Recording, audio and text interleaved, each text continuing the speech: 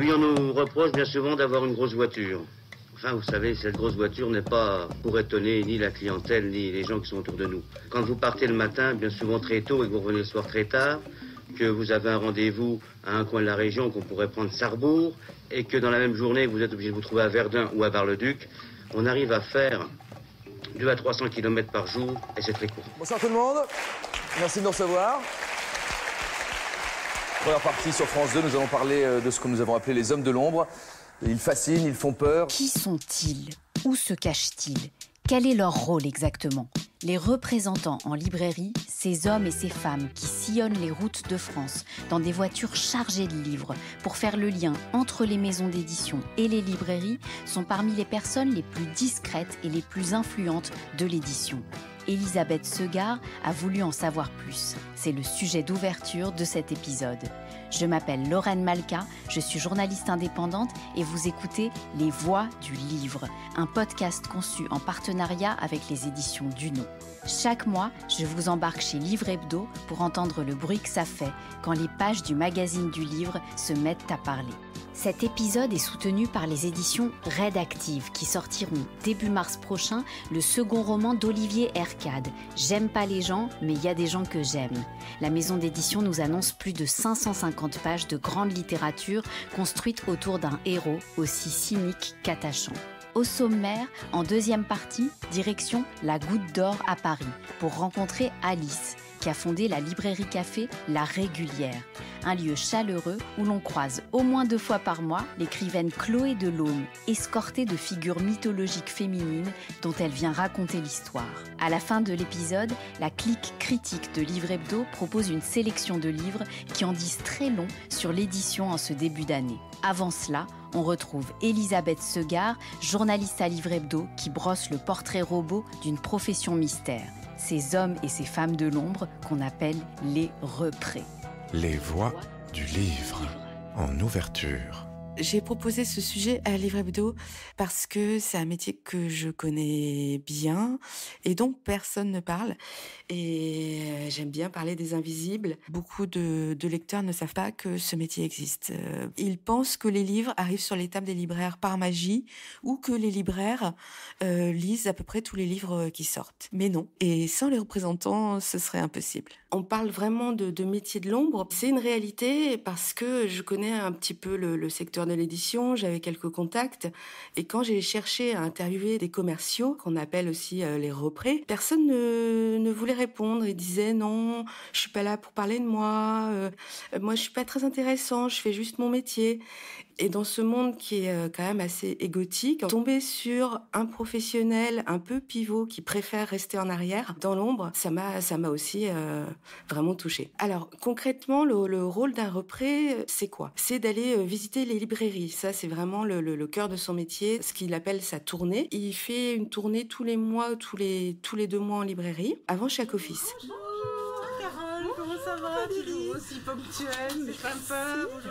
Ils représentent tous plusieurs éditeurs, quelquefois une centaine d'éditeurs, et ils doivent en 1 heure, 2 heures max présenter quelquefois jusqu'à 700 livres. Alors, bon, ça on fait peu. Non, ça non plus. Si, là, 5 comme ça. Ah bah. C'est un moment très important et tous les libraires que j'ai rencontrés m'ont expliqué que c'était un moment qui était souvent trop court, mais c'est un moment essentiel parce que c'est celui où le repré va présenter les titres qu'il a dans son catalogue selon différents critères. Alors, il y a les goûts des libraires qui doivent connaître, et puis il y a le succès potentiel du titre. Ils ont des arguments que le libraire ne connaît pas forcément. Même les libraires spécialisés qui suivent les catalogues avec attention sont très attentifs aux recos des représ. Par exemple, à Paris, la librairie féministe Un livre, une tasse de thé nous l'a confirmé. Alors là, j'ouvre un carton de chez Union Distribution. Et dedans, il y a notamment des livres qui sont distribués par Union Distribution, mais diffusés par Actes Sud. Et on peut notamment trouver dedans, ah bah ça c'est chouette, Juste avant que, de Joanne Richouk, et ça a vraiment été une reco de notre repré. Je me suis demandé à quoi ça ressemble la vie d'un représentant. qu'on ne connaît pas son quotidien. Est-ce que c'est un commercial pur, comme dans le film Les Portes de la Gloire? Est-ce que c'est un agent de liaison un peu mystérieux? J'en ai rencontré plusieurs, et ce sont des personnes souvent avec un parcours très hybride, qui font ce métier depuis des années, voire des dizaines d'années. Certains sont poètes, d'autres anciens libraires. J'en ai rencontré un qui était universitaire. Ce sont de vrais passionnés. Et à une époque, on disait que les représentants survendaient les livres aux libraires. On appelait ça les méthodes de cow-boy. Ça arrive encore, malheureusement, certains libraires le déplorent, mais c'est de plus en plus rare parce que les retours sont un vrai souci pour les éditeurs et pour les distributeurs. Les représ sont rémunérés aussi sur les ventes nettes de retour, donc ils n'ont pas intérêt à charger le libraire, et surtout, s'ils poussent des livres qui ne partiront pas, ils rompent ce lien de confiance qui les unit et qui fait que le libraire va être attentif à ces recommandations. J'ai accompagné une représentante sur les routes pour voir un peu comment ça se passait concrètement sur le terrain. On s'est retrouvés à midi, place de la Gare, dans une petite ville en Touraine, et elle allait visiter une librairie de niveau 2. Dans sa voiture, elle m'a expliqué que sa journée commençait tôt et se finissait assez tard. Les représ ne dorment pas beaucoup, voire ne dorment jamais. Ce que j'ai découvert en menant cette enquête, c'est qu'une fois la visite passée, le travail du repré continue un petit peu dans l'ombre. Leur influence est plus étendue que prévu. Ils ont une place vraiment spéciale dans la chaîne du livre. Cette place commence au moment de ce qu'on appelle les présentations éditeurs, quand l'éditeur présente les titres à l'équipe commerciale. Et là, les représ sont considérés souvent comme un premier test. Ils peuvent soumettre une modification de titre, de couverture, parce qu'ils ont ce regard du terrain, et les éditeurs m'ont confié que leur regard comptait beaucoup et qu'ils les écoutent très souvent. Ensuite, même auprès du libraire, le rôle du repré ne se réduit pas à la tournée, il se poursuit.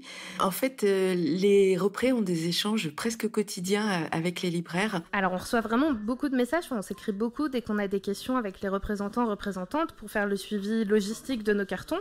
Là, tu vois, j'ouvre mon téléphone, je vais regarder dans nos mails et je peux voir qu'on a reçu déjà plusieurs messages de nos représentantes de chez Harmonia Mundi, de Emily de Union Distribution, par exemple. Aujourd'hui, le succès d'un livre, on sait que ça dépend de paramètres très fins, très complexes, sur lesquels il faut être hyper réactif. Les équipes commerciales qui sont en lien avec les éditeurs, avec les attachés de presse, mais qui font aussi leur propre veille, le soir, le week-end, sur les réseaux sociaux, dans les médias, alertent les libraires pour éviter ce qu'on appelle la rupture de stock, qui est quand même une des grosses angoisses. Et ils vont envoyer un message quand tel auteur devient ministre, quand il y a une vidéo TikTok, quand il y a une polémique. Et bien sûr, si un auteur est invité dans une grosse émission. Pour conclure, on a parfois tendance à projeter que les métiers de terrain, les métiers intermédiaires vont disparaître, qui vont être écrasés par l'intelligence artificielle, les algorithmes. Et là, cette enquête est plutôt rassurante. Les représentants en librairie ne sont pas amenés à disparaître de sitôt. Ils utilisent les historiques de vente, oui, ils utilisent les datas, d'accord. Mais leur vraie force, c'est leur curiosité et leurs intuitions, des intuitions qui rejoignent celles des éditeurs, des auteurs, et qui sont au cœur de l'histoire du livre. Et l'édition a vraiment besoin d'eux. En revanche, la surproduction de livres les menace sérieusement d'épuisement. Parce que trier un programme de 500 titres, les présenter en 10 secondes et visiter à 4 à 5 librairies par jour, c'est un travail de fourmi ou de titan. Et j'invite tout le monde à leur offrir du chocolat et des fleurs, ou au moins avoir une petite pensée pour eux quand ils poussent la porte d'une librairie. Le reportage d'Elisabeth Segard sur les représentants, ces héros de l'édition, est à découvrir dans le numéro de février de Livre Hebdo. Les voix du livre en chemin. Nous sommes le 6 janvier 2024 dans le quartier de la Goutte d'Or à Paris, rue Mira. Et je m'apprête à rencontrer Alice dans la librairie café qu'elle a fondée en 2016, La Régulière. C'est un lieu coloré, chaleureux, qui ne va pas tarder à se remplir d'écrivains et d'écrivaines en herbe, puisque dans 1 heure, la romancière Chloé Delhomme, qui est en résidence dans cette librairie, y anime un atelier d'écriture. Bonjour. Bonjour. Bonjour Alice, tu me reçois aujourd'hui, c'est un jour un peu particulier. Oui, alors aujourd'hui on reçoit l'autrice Chloé Delhomme qui est en résidence chez nous depuis le mois de septembre. Elle anime un samedi par mois un atelier d'écriture consacré à une figure féminine de la mythologie. Et aujourd'hui, du coup, a lieu l'atelier consacré à la déesse Héra. Donc on est à la Régulière, on est dans la partie café là. Est-ce que tu peux me décrire un petit peu les lieux ? La Régulière, c'est une librairie indépendante généraliste qui est couplée à un espace café. Et surtout, l'espace café nous permet d'organiser des événements en ayant de la place de manière confortable. Et du coup, à l'arrière, c'est plus la librairie. Donc, on est une librairie généraliste. On fait attention à beaucoup de maisons d'édition indépendantes et on a pas mal d'ouvrages graphiques. Tu as fondé cette librairie en 2016, je crois, dans ce quartier très particulier que tu n'as pas choisi au hasard. Alors déjà, j'ai fondé La Régulière avec une de mes meilleures amies qui s'appelle Julia Mahler. On vivait toutes les deux en colocation rue des Poissonniers, donc juste à côté. On constatait qu'il n'y avait pas de librairie indépendante directement dans le quartier et que même de manière générale, il y avait la place pour ouvrir des lieux de vie, de culture. Et ça nous est venu naturellement parce que c'était aussi le quartier qu'on connaissait le mieux. Donc, c'est un quartier qui se gentrifie, mais au départ, c'est quand même le quartier qui est décrit par Émile Zola dans l'Assommoir. C'est un quartier de faubourg, d'ouvriers. Comment on fait quand on est libraire et qu'on s'installe ici pour réussir à faire entrer des personnes à la fois qui viennent de s'installer et des personnes plus populaires ? C'est vrai qu'une de nos volontés de départ avec Julia en ouvrant dans ce quartier, c'était pour aller vers cette mixité au maximum, de proposer au public un lieu de vie culturelle ouvert à tous. C'est l'une des raisons pour lesquelles on a tenu à ce qu'il y ait un café, parce qu'on savait que le café était plus accessible pour des gens qui n'auraient pas l'habitude de fréquenter des librairies. On essaye pour le café d'avoir une carte la moins chère possible pour que ce soit vraiment accessible au plus grand nombre. Avant qu'on ouvre, il n'y avait pas vraiment d'endroit pour que les familles puissent prendre le goûter à la sortie de l'école. Il y a beaucoup de bars ou de choses comme ça, mais il n'y avait pas trop de lieux calmes, on va dire. Et on le voit que les gens viennent prendre un café, deux cafés, ils finissent par aller en librairie, par assister à une rencontre. La deuxième chose, c'est de passer par la jeunesse, notamment avec pas mal d'activités, d'événements qu'on fait avec les groupes scolaires du quartier, les associations qui font un travail incroyable auprès des jeunes. C'est un quartier qui est extrêmement vif en termes d'associations, de projets culturels. Il y a beaucoup d'événements qui ne sont propres qu'à la Goutte d'Or, comme la Semaine du Livre à la Goutte d'Or, qui est un événement co-organisé par le Collège Clémenceau et l'association Accueil Goutte d'Or. Et on fait aussi beaucoup d'activités pour les enfants, et c'est vrai qu'au fur et à mesure, ça permet aux enfants de revenir avec leurs parents et petit à petit d'entrer comme ça dans le quartier. Est-ce que tu appelles une résidence d'écrivain ou d'écrivaine ? Qu'est-ce que c'est exactement ? Alors, ça se base sur un dispositif mis en place par la région Île-de-France qui met en lien des auteurs ou des autrices pour soutenir leur travail et en contrepartie, en leur demandant de faire une activité de médiation dans un lieu culturel. Et on a lancé notre première résidence d'auteur en 2021 avec l'auteur Alexandre Lenot, qui était un voisin et client du quartier. C'était que des habitants du quartier, adultes et adolescents. Et tout au long de l'année, l'objectif était de raconter la Goutte d'Or au travers de différents personnages. À l'issue de cette résidence, on était tellement charmés par les textes qu'on a sorti notre premier livre, qui est une restitution de ce projet. Et ça nous a beaucoup inspirés. Donc maintenant, c'est quelque chose qu'on souhaite faire dès que des projets s'y prêtent. Notamment cette résidence avec Chloé Delhomme, je pense, pourra faire un super bel objet à la fin. Bonjour Chloé Delhomme. Bonjour. Alors, on a un petit quart d'heure, je crois, avant le début de l'atelier, c'est ça, hein ? Tout à fait, les filles arrivent bientôt. Il s'avère que c'est sur les déesses, sur les figures mythologiques féminines qui parlent en écho aux femmes d'aujourd'hui. Donc oui, pour l'instant, nous n'avons que des femmes. Bonjour, vous venez pour l'atelier ? Ouais, alors vous pouvez vous installer, ce sera sur les 4 tables où vous voulez. Alors, je souhaite travailler sur un ouvrage qui contiendra 13 monologues de figures mythologiques féminines, sauf Tirésias, qui compte pas parce qu'il est fluide. Et pour travailler en amont, je développe cette résidence où il y a un atelier par mois. Et ensuite, il y a la restitution une fois par mois également de l'atelier avec les textes qui ont été faits en atelier. Alors, c'est parti. Donc aujourd'hui, on fait Héra Religion grecque antique, protectrice des femmes et déesse du mariage. Après la chute des Titans, elle devient l'épouse de Zeus. Alors, il fricote en cachette des parents au début. C'est vraiment un atelier d'écriture. C'est-à-dire, j'expose le mythe, je le rappelle. En général, les personnes ont travaillé en amont. Et après, elles ont 2 heures pour écrire où je fais des interventions, des allers-retours pour les aider à boucher du texte qui soit le plus proche possible de ce qu'elles souhaitent donner comme forme. Donc, c'est plutôt poétique en général. Et toi, en tant qu'écrivaine, qu'est-ce que ça apporte à ton travail ? Moi, ça me donne des angles différents. C'est-à-dire que seule, j'ai des idées. C'est évidemment la mythologie, quelque chose qui me travaille depuis très très longtemps. Mon premier livre s'appelait Les mouflettes d'Atropos en 2000. Donc, c'est une marotte qui remonte. J'ai fait Les sorcières de la République où les déesses descendent sur Terre en 2016 au moment de MeToo. Enfin, mais du coup, j'ai des perceptions, des angles de vue, des réflexions auxquelles j'ai pas pensé. Zeus va la transformer en vache pour qu'elle ait la paix et Héra va lui envoyer plein de temps qui vont la piquer jusqu'à la rendre ma boule. Et pourquoi tu as choisi cette librairie-là en particulier, Chloé ? Parce que je l'aime bien, elle est chouette. Il y a l'espace et en même temps le fond est particulier ici. On a vraiment du graphique, du féminisme et pas que, du politique, de la littérature, de la poésie. Et c'est aussi socialement intéressant parce que la Goutte d'Or est un endroit où on pourrait peut-être pas s'attendre obligatoirement à avoir une sorte d'oasis comme ça culturelle très pointue.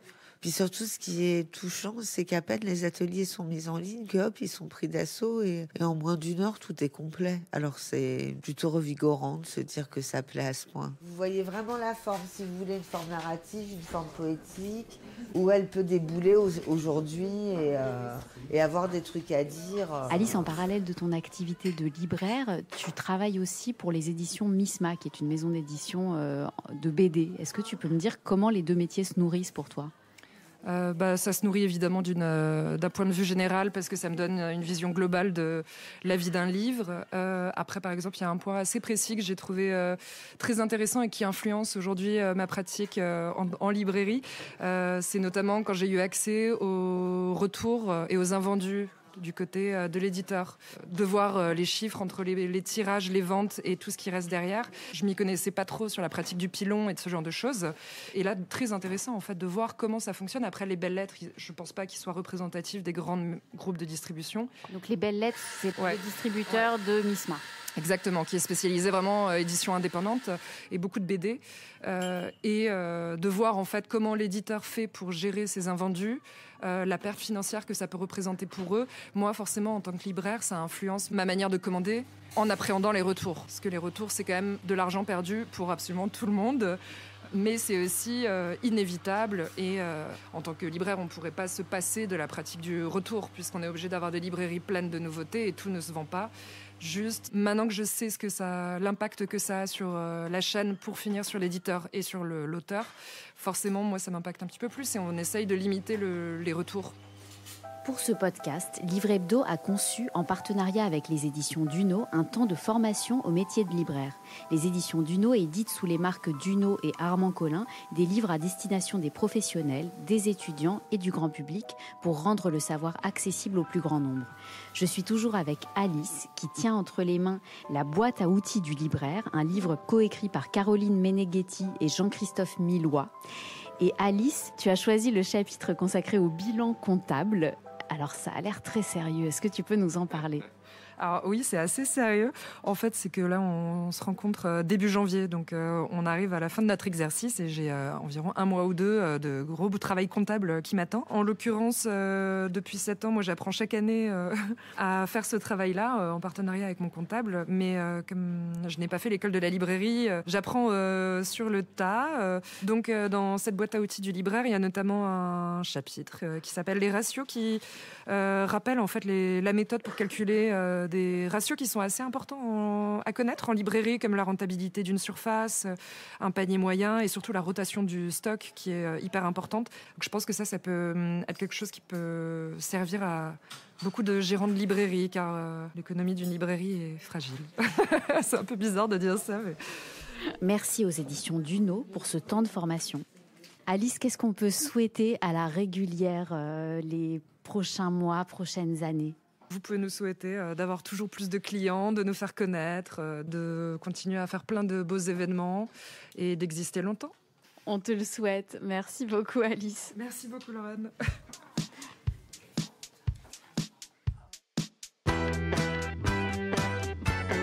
Les voix du livre en haut de la pile.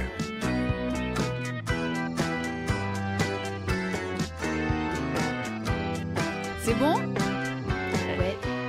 C'est la 3e partie de ce podcast, la rubrique En haut de la pile. Je suis entourée de 3 journalistes de Livre Hebdo qui aujourd'hui vont jouer les cartographes de la littérature. Pauline Gabinari, Sean Rose et Jacques Bronstein vont nous parler non seulement de leur coup de cœur de février, mais aussi de ce que ces livres dessinent dans le paysage éditorial de ce début d'année 2024. Avant de cartographier, il faut prélever les mesures. Jacques Bronstein, rédacteur en chef de Livre Hebdo, quel est le chiffre du mois ? Alors, le chiffre du mois, c'est 150 000. C'est les ventes à ce jour de l'histoire de Jérusalem de Vincent Lemire et Christophe Gauthier. C'est l'histoire de ces 150 000 qui est incroyable, puisque cet album est sorti fin 2022, a eu un gentil succès, il est monté dans les classements des meilleures ventes, et puis il aurait dû avoir une carrière normale, et puis là, malheureusement, le 7 octobre, il y a eu l'attaque du Hamas sur Israël, et ce livre est remonté dans les classements pour arriver aujourd'hui à 150 000, au point que son éditeur, Les Arènes, en a réimprimé 120 000. Donc non seulement on est à 150 000, mais l'éditeur croit bien qu'on va en vendre beaucoup plus. Pourquoi est-ce que ce livre est le succès, entre guillemets, qui suit cette catastrophe ? Eh bien, c'est parce que c'est un livre qui essaye de donner un point de vue équilibré, et Dieu sait que c'est difficile, sur l'histoire d'Israël, de la Palestine. L'auteur, Vincent Lemire, qui est un historien et qui a longtemps vécu à Jérusalem, et qui a d'ailleurs cette très jolie phrase, à Jérusalem, il y a trop de mémoire, pas assez d'histoire et d'historiens. Il raconte l'histoire de Jérusalem du point de vue d'un Olivier, qui est donc ni musulman, ni juif, ni chrétien. Il est là depuis 4000 ans, il regarde ce qui se passe. D'une part, il y a quelque chose d'assez incroyable, c'est que jusqu'à il y a 50 ou même 20 ans, tous les récits bibliques n'étaient absolument pas démontrés par l'histoire et l'archéologie. Et dans les dernières années, on a trouvé des inscriptions, des pièces, des monnaies, où il est question de David, de Salomon. Et donc, ça raconte une histoire en train de se faire. Est-ce que c'est le livre le plus équilibré qu'on peut faire sur ce conflit? Jusqu'à un certain point, oui. L'auteur a beaucoup d'amour et de connaissance de la période ottomane, la période où les juifs, les musulmans et les chrétiens vivaient en bonne intelligence à Jérusalem. Et sur la dernière période, on pourra peut-être le trouver un peu plus pro-palestinien que pro-israélien, mais je dirais qui arrivera à faire mieux. En tout cas, pas mieux que ce chiffre. 150 000, qui est quand même un très joli chiffre de vente pour une bande dessinée aussi intéressante. Histoire de Jérusalem, publié aux Arènes en octobre 2022 et disponible à nouveau dans toutes les librairies. Pauline, tu es venue avec un livre à la couverture toute rose qui pose le mot « révolution ». Oui, exactement. Je suis partie sur un texte plutôt ardu. Littérature et révolution, c'est un dialogue entre Joseph Andras et Kautar Archi. Le bouquin sort chez Divergence le 10 janvier prochain. Alors, ce qui est vraiment incroyable avec ce livre, c'est qu'il oscille complètement entre une forme de colère face à la littérature, ou en tout cas face à une littérature détenue par certains pouvoirs réactionnaires, et en même temps, il met en lumière la capacité émancipatrice du livre. Kautar Archi, elle a notamment cette formule que je trouve merveilleuse. Écrire, c'est vouloir que l'écriture serve au-delà d'elle-même, qu'elle ne s'arrête pas à son objet, mais qu'elle le transperce et le transforme. Enfin, ça, c'est quand même hyper beau, hein. Et c'est comme ça pendant tout le livre, avec des fulgurances merveilleuses. Bon, je voulais évidemment vous parler de 1000 choses, parce que dans ce livre, il y a à peu près tout. Des réflexions sur le pouvoir, sur le féminisme, sur la lutte. Je voulais aussi vous parler de la figure salvatrice de l'auteur, comme un archer. Pour Andras, l'auteur, c'est un archer. Il touche avec ses flèches peu de gens, mais il les touche bien. Donc ça, c'est pareil, c'est génial de raconter les choses un petit peu comme ça. Ça inverse le système de pensée pour ceux dont les ventes ne sont pas à 150 000 exemplaires. Mais bon, à la toute fin du livre, Joseph Andras et Kautar Archi vont calculer à quel point ils ont réussi à s'enrichir grâce au livre. Disclaimer, c'est pas grand-chose. Kautar Archi, qui quand même, je le rappelle, est une écrivaine et une sociologue assez reconnue, calcule en fonction de son temps de travail que ses avaloirs lui rapportent entre 416 et 1 000 euros par mois, sans compter un essai projet pour lequel elle a touché seulement 2 000 € pour 5 ans et demi de travail. Joseph Andras, c'est encore pire. Sans rentrer dans les détails, il y a des mois où il gagne moins que le RSA. Pour ceux qui ne sont pas convaincus, on apprend aussi le cas de Bernard-Marie Coltès, là hyper connu, on ne peut pas dire autre chose. Sur ce côté-là, les auteurs sont un petit peu taquins, puisqu'ils mettent en regard des grands hommages de médias comme France Culture, qui désignent l'auteur comme un grand classique contemporain dès son vivant, avec une situation financière complètement désastreuse, des créances, des dettes et tout ce qui va avec. Ce qui est vraiment intéressant en finissant le livre comme ça, c'est en fait qu'on replace un petit peu la littérature et surtout la façon dont on la produit dans un cadre réaliste.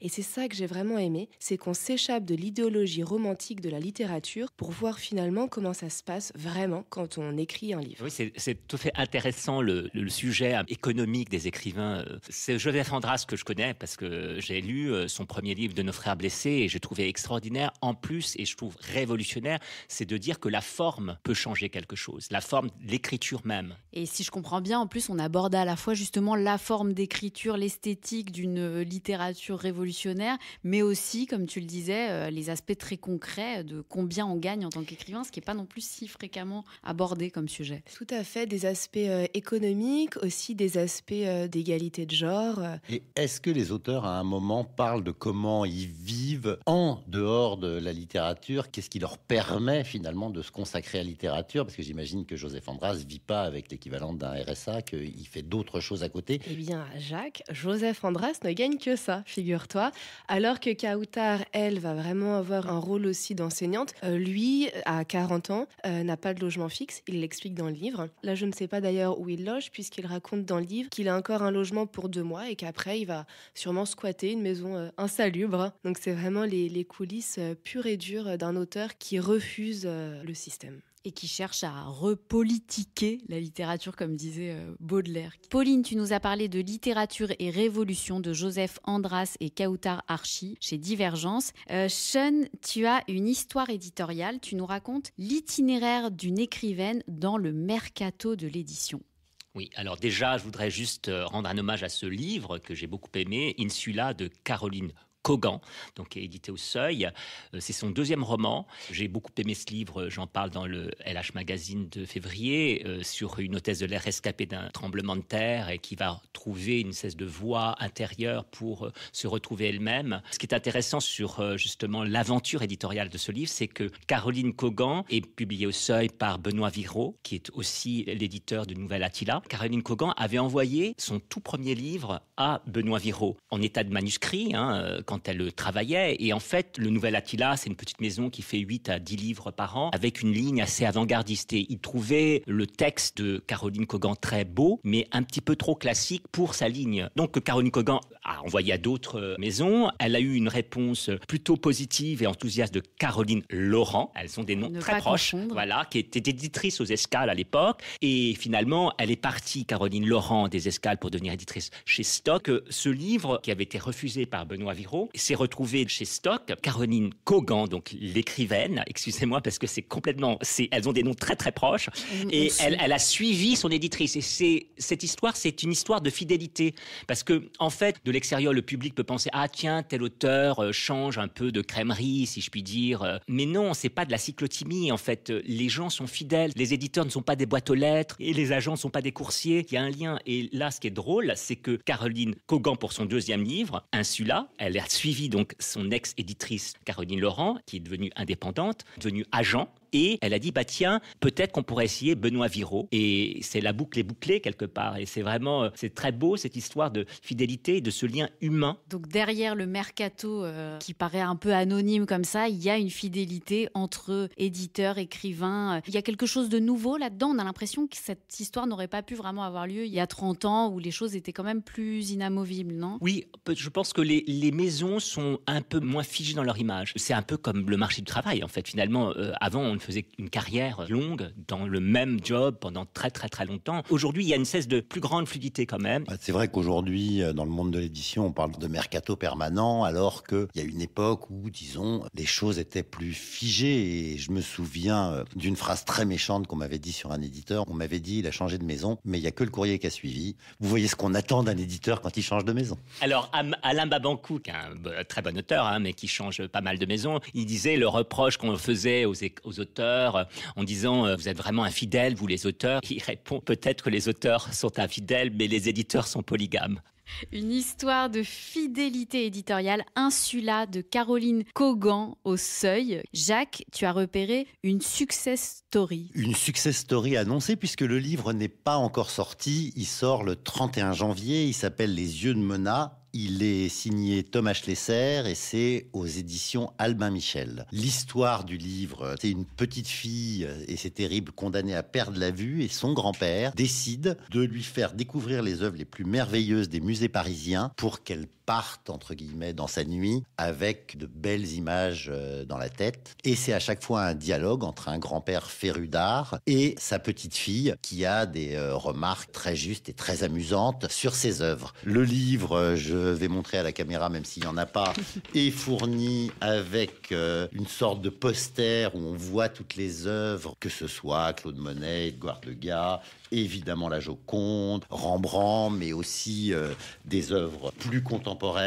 comme celles de Kandinsky, d'Abramovic, de Boltanski. Et ça a été un succès complètement incroyable à la foire de Francfort. À l'heure où j'ai écrit le papier, ils en étaient à 24 sessions à l'étranger. Il y a certains pays où 6 éditeurs se sont battus pour l'avoir et ils ont été obligés de faire des enchères. Le livre sort à 30 000 exemplaires. Bref, c'est le livre dont rêvent tous les éditeurs et j'avais envie de le saluer parce que c'est aussi un livre très touchant où on apprend beaucoup de choses sur l'art. C'est une success story annoncée et une success story haut de gamme. Il y a cette expo en ce moment au musée Picasso de Sophie Calle et justement, elle a fait tout un travail avec les aveugles où elle demande à chacun de raconter la dernière chose qu'ils ont vue avant de perdre la vue. Je pensais à ça et je trouvais qu'il y avait peut-être un lien. Donc qui plus est dans l'air du temps. Ça ressemble un peu à... J'avais exploré un sujet dans le magazine sur le label japonais de Light Novel et que en fait, on peut comme ça attraper un très grand public avec une histoire très simple, très touchante et à la fois profonde. Ça semble entrer dans les critères. Oui, effectivement, l'auteur est à la fois un vrai spécialiste. Il est depuis 10 ans le patron de la fondation Arthur Bergman, mais il est aussi professeur à l'école polytechnique, qui est une école où il n'y a pas vraiment des spécialistes d'histoire de l'art, et il essaye de faire connaître l'art, et on retrouve dans son écriture ce côté pédagogique et didactique. Les yeux de Mona, un succès annoncé, donc de Thomas Schlesser chez Albin Michel. 31 janvier 2024. De mon côté, je vous parle d'un phénomène discret mais surprenant, les têtes brûlées de l'édition. J'ai repéré 2 maisons d'édition de ce type. En botanique, on appelle ça les plantes courageuses. Ce sont des plantes sauvages qui poussent à l'ombre, entre le goudron et le bitume, et qui parviennent à survivre, à garder leur couleur, alors que tout les menace tout autour. La première, c'est Tristram. Elle a été fondée en 1987 par un couple, Sylvie Martini et Jean-Hubert Gaillot, qui se surnomment eux-mêmes duo de malfaiteurs parce qu'au départ, leur but, c'est de publier des brûlots que, comme ils disent, personne n'attend, avec un mélange d'insouciance et de mauvais esprit. Philippe Solers, dès le lancement, commente « Quelle bonne et vicieuse idée et quelle démonstration que cela n'intéresse personne ».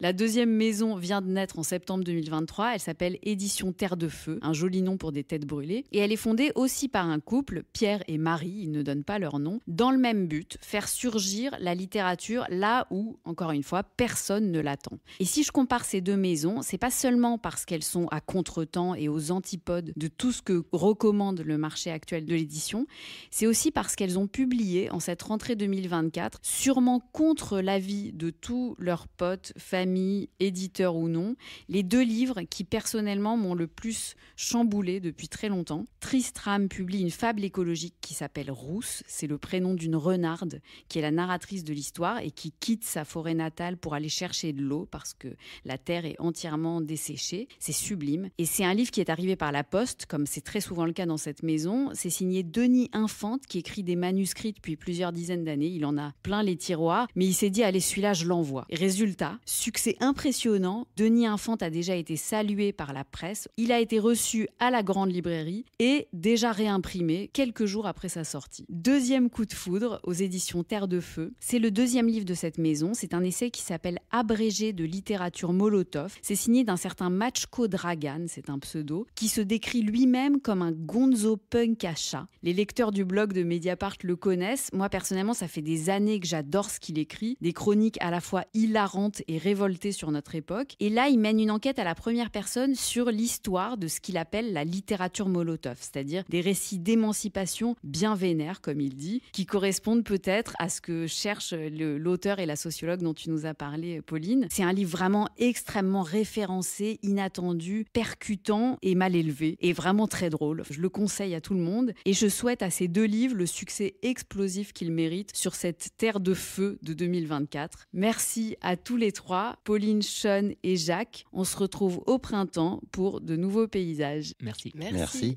C'était Les Voix du Livre, le podcast mensuel de Livre Hebdo présenté par Lorraine Malka. À la musique, Ferdinand Bayard. Merci aux éditions Rédactives d'avoir soutenu cet épisode. En librairie et sur le site internet des éditions Rédactives, vous pouvez d'ores et déjà découvrir Comptoir, le précédent et étonnant premier roman d'Olivier Hercade. Dès le 7 mars prochain, vous pourrez vous plonger dans J'aime pas les gens. Le lancement officiel de ce roman aura lieu le 9 mars à la librairie Bretto de Carcassonne. J'aime pas les gens, c'est l'histoire d'Artus, révulsé par la lâcheté des hommes, qui n'a de cesse d'essayer d'en comprendre les ressorts. Il chemine aux côtés de Laura, ancienne professeure de lettres, dont il était autrefois profondément amoureux et dont la vie s'est brusquement interrompue suite à une agression. Mais aussi de Guillaume, revenu brisé de Sarajevo, un sac d'1 million de dollars sous le bras. Mais encore d'Albi et son rêve sans cesse repoussé de s'exiler dans les Corbières. De Bérangère, cette femme qui pourrait lui faire croire de nouveau en l'amour. Et enfin, de Sophie Marceau, qui pourrait l'aider à réaliser ses ambitions d'écrivain. Au milieu de cette galerie de personnages, Artus comprend qu'il déteste trop ses pairs pour ne pas les aimer profondément. Si vous avez aimé cet épisode, abonnez-vous au podcast Les Voix du Livre et envoyez-nous des tas de cœurs et d'étoiles. À bientôt!